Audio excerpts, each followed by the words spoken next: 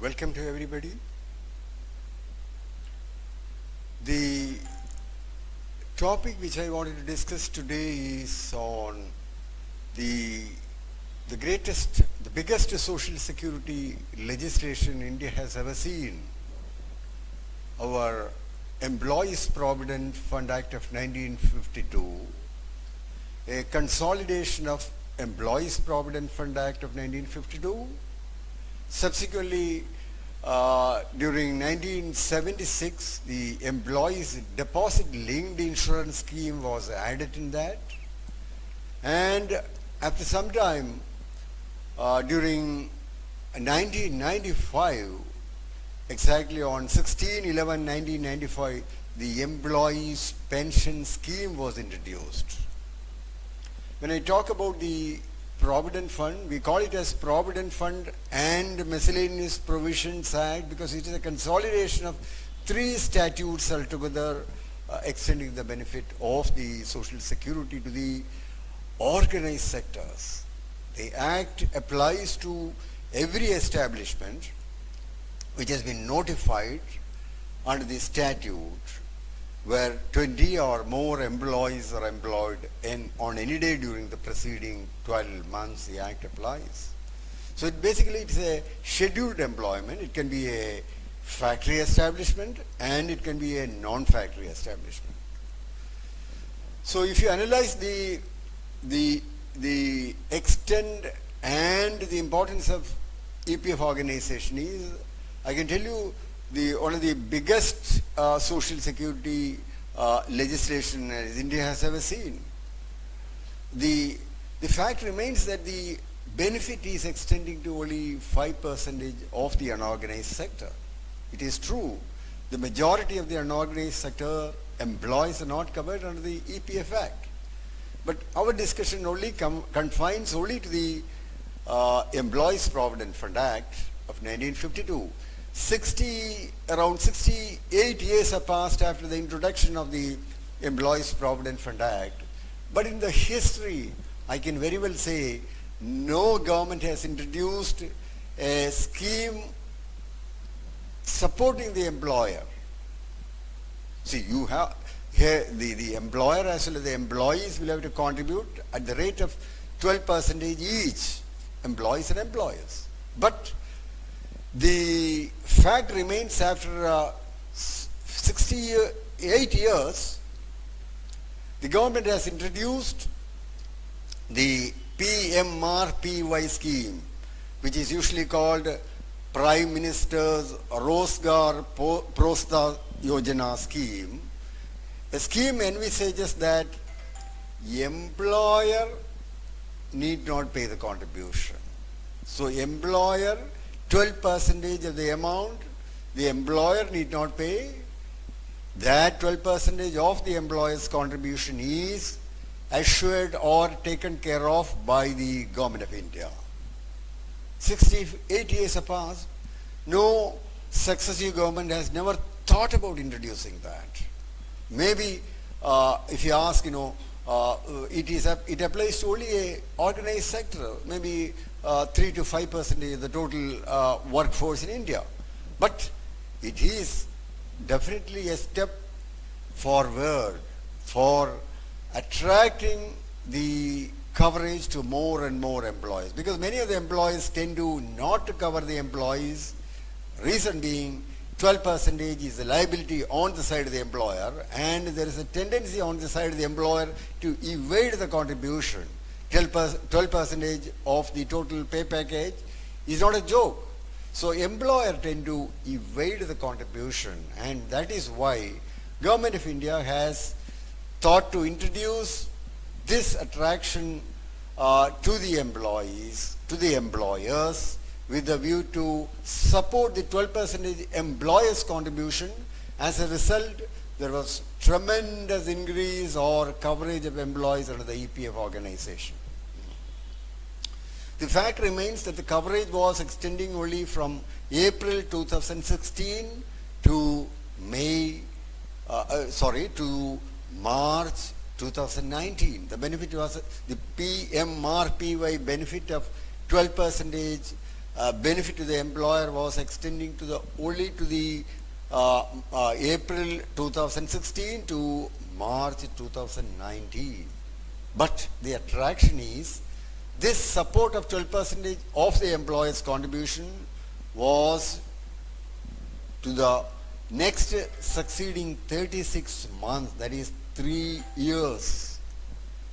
If today I will start the benefit under the PMRPY scheme, provided it should be the cutoff date was on March 2019. That means March 2019 employers who have enrolled them under the PMRPY scheme, they are still continuing with the benefit of this employer's benefit of 12% for the succeeding 36 months. It is not a joke. So Government of India is pumping in crores of rupees to the Employees Provident Fund Organization, which is a statutory body. Because Employees Provident Fund Organization, unlike the Government of India's or the Government of India's or the state government's Kerala service rule, where the pension arises from the consolidated fund of account, where the employees need not contribute and the employer need not contribute. See, under the EPF organization, it is a collection made from the employees and employers, and ultimately with certain conditions, when you put in 10 years of service, the employees are offered pensionary benefit. So this PMRPY benefit is a very attractive scheme after the introduction of the 1952 legislation, the scheme supporting 12% to the employer. Another very attractive step initiated by the government is, soon after 36 hours after the declaration of the lockdown, that is I think on 24th of March, the finance minister has come out with their introduction of PMGKY scheme, Pradhan Mantri Garib Kalyan Yojana scheme. The target of the scheme, the allotment of the PMGKY scheme was around 1.7 lakhs crores of rupees, for which a proportion is allotted to the Employees Provident Fund Organization, covered employees also. The attraction is from March, April, May, up to March, April, May, June, July, August, totally 6 months, the benefit of both employees and employers' contribution, that is 24% of the both shares contribution, employees and employers' contribution, the Government of India will pump in money to the EPF organization.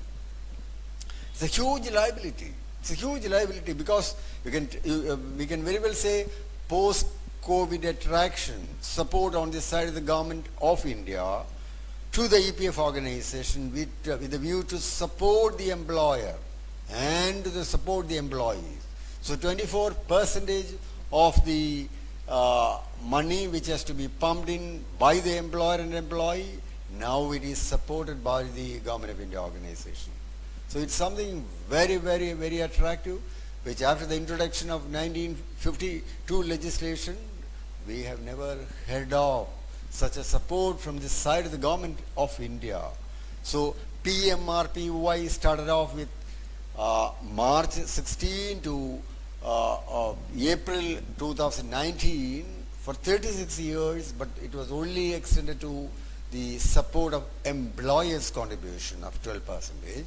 Whereas under the Pradhan Mantri Garib Kalyan Yojana scheme, it's really the wording itself, it says it supports Garib, is poor.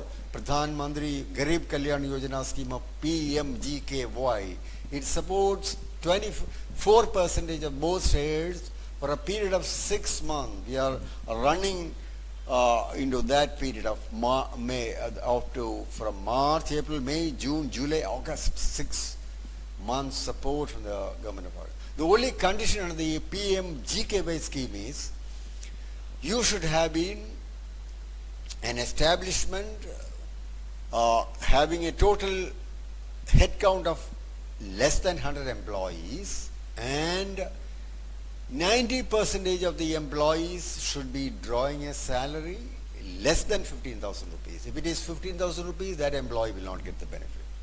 And the third condition is you should be under that formula of less than 15,000 rupees plus headcount of less than 100 employees. This should be from September, the preceding September 2019 to February 2020. For the 6 consecutive months, you should fall under the formula which I have stated earlier. Less than 100 employees and 90% of the employees should be less than 15,000 rupees. When I talk about 15,000 rupees, if you are getting 15,000 rupees, that employee will not be taken into account. You are out. But under the PMRP earlier scheme, employees getting 15,000 rupees was getting benefit. But unfortunately, a bit of technicality here, it is less than 15,000 rupees is only under is attracted under the Pradhan Mantri Garib Kalyan Yojana scheme. Now crores of rupees, lakhs of Indian laborers, Indian workforce as well as the employers started enjoying the scheme. Once from preceding September 2019 to February 2020, if you are falling under that bracket or formula, while opening the Employees Provident Fund portal, a declaration will come. In the declaration, you will have to make entries, and the total benefit of 24% is reduced, and the employer is only liable to pay 1% of the administrative charge to the EPF organization. So ultimately, it's a package of 24%, supporting a cushioning effect to the employees as well as employer. Something really very attractive, even though on the side of the trade unions, they started commenting on it's only a period of 6 months an attraction, but that 6 months support to the employer and employee cost crores of rupees to the government of India's exchequer. So it's not a joke when we talk about 6 months support. So far, no government has introduced such a scheme to the government of India. And unions have started telling this is a support only post-COVID. But if you look at even prior to that of COVID, from 2016 to 2019, the PMRPY benefit was introduced where employers 12% was supported. But so the fact remains that this is only a supplement after the COVID has no force, because even prior to that, the PMRPY scheme was introduced where 12% of the employer's liability was taken away by a support from the government, that too for a period of 36 months, which involves crores of rupees.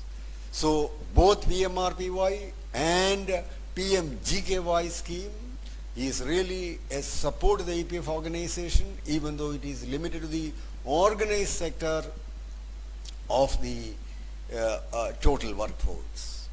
So with this, I conclude that the benefit under the PMGKY scheme which we are enjoying, and I hope most of the employers, even though small employers with less than 100 employees are enjoying, I hope this is a very, very attractive proposition on the side of the government of India, on the side of the finance ministers, to support the Employees Provident Fund organization, and many employers are enjoying it, and let us feel proud of the support of the government of India for the welfare, for the social security of the millions of workforce. Thank you very much.